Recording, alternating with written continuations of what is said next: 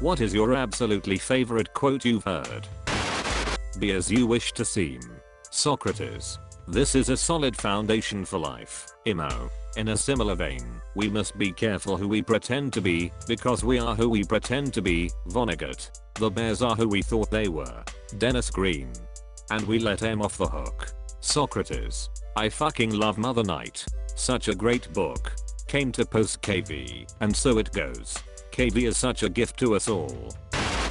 Have you ever noticed that anybody driving slower than you is an idiot, and anyone going faster than you is a maniac? George Carlin. My personal Carlin gem is think of how stupid the average person is, and then realize half of them are stupider than that. Edit. Can't believe I'm editing this for you amateur statisticians. Intelligence is normally distributed in a large population.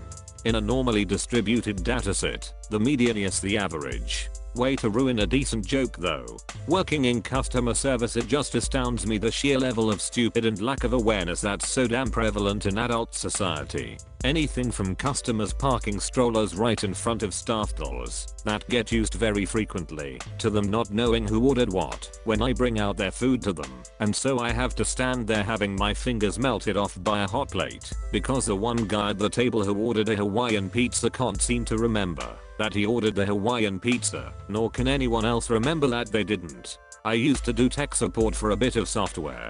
Everyone should do it, if only for a few weeks, so everyone has to deal with these people.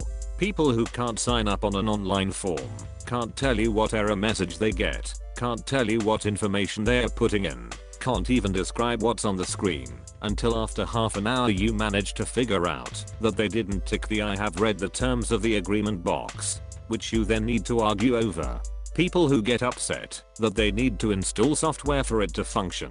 People who get upset that the software doesn't do the thing they want it to do, and when you tell them it does just not the way they are trying it, they get upset that it was designed wrong. People are working on ancient systems, so the software doesn't work, then get offended when you suggest they upgrade, because this system was fine 15 years ago, so it's fine now. Then there's the people who get offended when you have to explain that, no, you can't immediately refer them to the board of directors, and you're also not allowed to instantly change company policy for them either. When you are good at something you will tell everyone. When you are great everyone will tell you. Me, Mayo, I don't have imposter syndrome. Also me, when you are mediocre at something everyone will tell you you're great, but only you know better. Some years ago, I was lucky enough invited to a gathering of great and good people, artists, and scientists, writers, and discoverers of things. And I felt that at any moment they would realize that I didn't qualify to be there among these people who had really done things. On my second or third night there, I was standing at the back of the hall while a musical entertainment happened, and I started talking to a very nice, polite elderly gentleman about several things, including our shared first name. And then he pointed to the hall of people and said words to the effect of, I just look at all these people and I think, what the heck am I doing here? They've made amazing things. I just went where I was sent. And I said, yes. But you were the first man on the moon. I think that counts for something.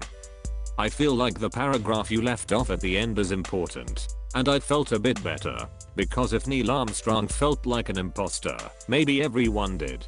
Maybe there weren't any grown-ups, only people who had worked hard and also got lucky and was likely out of their depth. All of us doing the best job we could, which is all we can really hope for. Never quit. Make them fire you.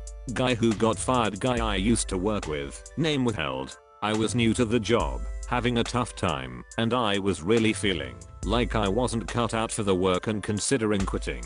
This guy, who'd been on the job a lot longer, told me that, and while it was simple, it stuck with me.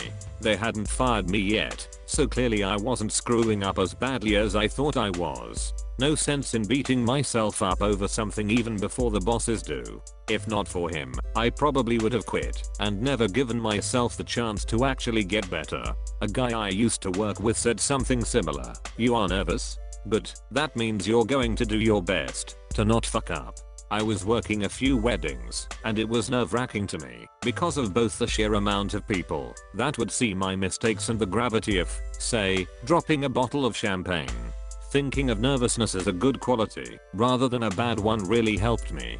My woodshop teacher always said something similar about letting kids work with the power tools. He said when you are nervous, he knew that meant you understood the danger of the tools we were using. It was when you weren't nervous that he started to worry. You've just triggered a weird memory for me. I can remember a man asking me if I was nervous, and when I said yes, his reply was, "But if you weren't nervous it would mean you didn't care."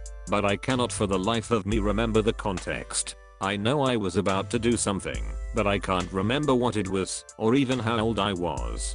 Definitely under 16.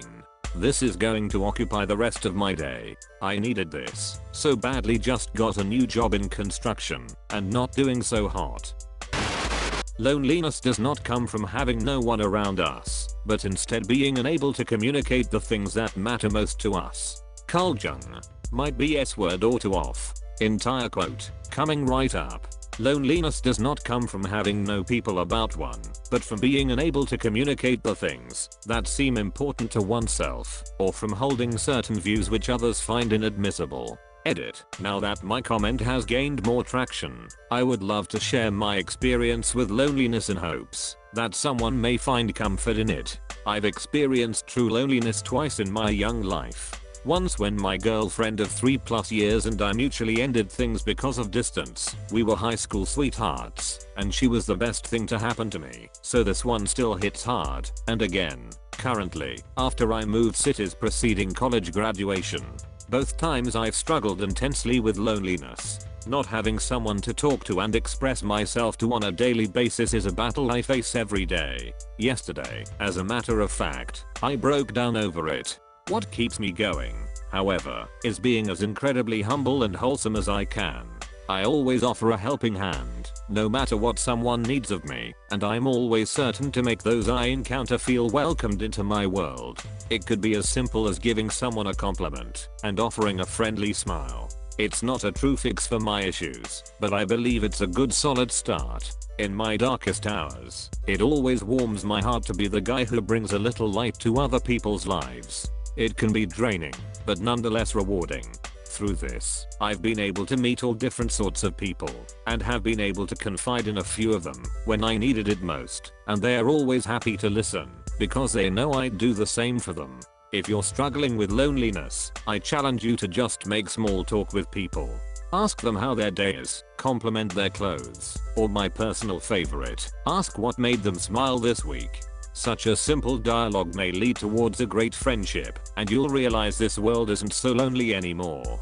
Edit 2. As an extrovert, I unfortunately cannot aid on the introvert front. Perhaps, instead, I can offer an example of casual small talk. Maybe having an idea of what you'll want to say beforehand can make it easier to execute. Whenever I move to a new place, I've moved places a decent amount. The first thing I've done is find the nearest local coffee shop.